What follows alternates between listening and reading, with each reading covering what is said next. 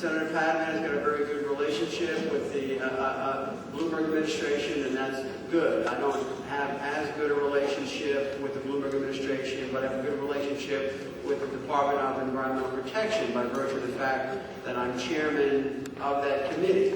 And they depend upon me for their budget and other things, so you would think that the Bloomberg administration has a relationship with the senator would certainly take him and his cause seriously, and me as chairman of the Committee on Environmental Protection, that I would be taken more seriously, and that this group would be taken more seriously. It is true that the Department of Environmental Protection did prevail upon the builder to do some, to put some pipe in the ground some distance away from the site, around a quarter mile or so. That is almost unprecedented that would happen. So that was, that was a good step, certainly, but it's clearly not enough. And when in talking with the department today, they tell me, have been in a consultation with the developer, which would be David Belt.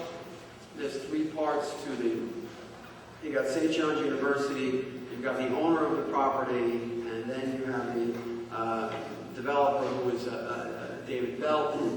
And based on what DEP told me today, they've been talking to him about the Mealy report, and it's their view, as of today, September 23rd, whatever it is, 23rd, whatever, that they believe ultimately that once all is said and done, that the sewage will flow even better than it does now. Sure. So this is the current.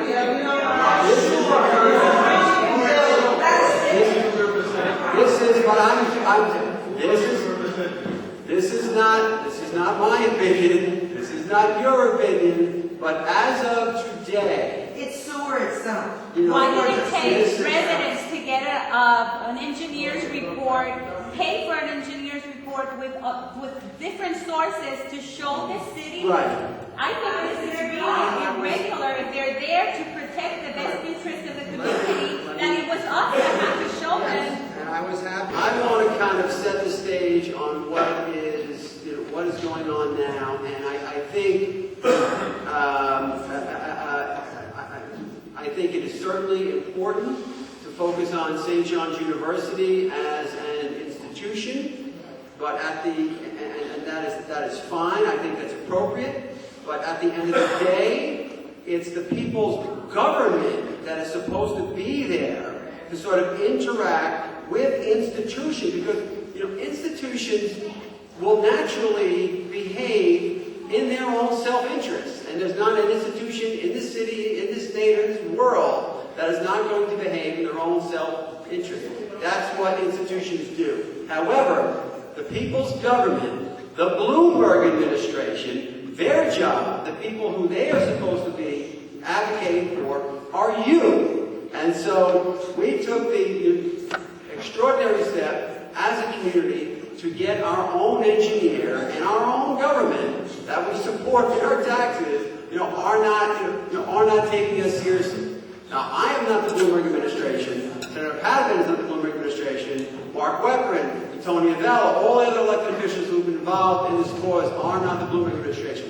There's one executive in this town. There's one mayor. All of the agencies report to him. The Department of City Planning, the Department of Environmental Protection, the Department of Buildings, all whistle the tune, or all dance the tune that's whistled by the mayor. So the Bloomberg administration shot back and said that they are not going to advance that proposal. This is not something that can be legislated by the city council. Anytime you have a change of this kind, there has to be an applicant. The only applicant for this kind of zoning change can be the Bloomberg administration, because it's only the Bloomberg administration has the resources to do the environmental impact statement that would be associated with this. The city council cannot be the applicant for this because we do not have the means to, we do not have, excuse me. You seem to be blaming Bloomberg, but we have documentation here saying that you received on November 06, $4,950 from the Kamali organization. On 2007, November of 2007, you received $1,000 from Capolino. 2008, you received another $1,000 from Capolino, and then it's June of 2008, another $500. How can you come here and talk and say that you're in favor of this when you're getting all this money from developers, and particularly the developer that's doing this?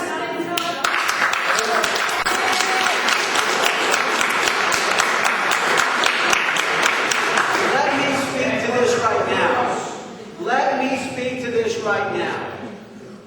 Back in 2005,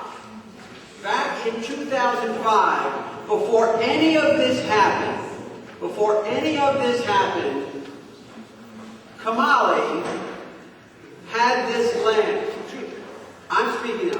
Kamali had this conversation. Excuse me? Why are you having this conversation?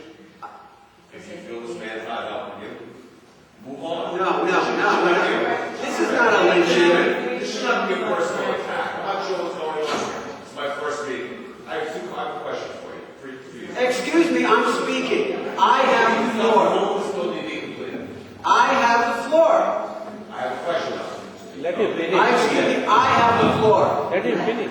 I have the floor. Now, back in 2005, this particular developer approached my office, as other developers do, and said, I have the opportunity to develop this site. I already own the property. Let me speak. And he said, the only way for me to really make money, he told me, is to build a community facility on this site to give me the ability to do the bonus. And I said, if you do that, you're going to have a problem with me because I don't want you to do that, even though he can do it as of right. And I said, how can we work together so that you don't put up a big, community facility that you do ordinary R5 residential housing? And I said, why don't we do this? I said, instead of doing the community facility, which would be twice the size of a regular R5, let's talk to the buildings department to get you, this is a little technical term here, if we do what's known as the infill, what's called the infill provision, you can build slightly bigger than like a regular R5, but not nearly as big as a bulk bonus, and I'll try to work with you in the buildings department to get the infill. That way, you won't build a community facility, and this neighborhood won't have to have a big community facility here. I went to the buildings department, tried to get in the infill because I wanted to save the community from the big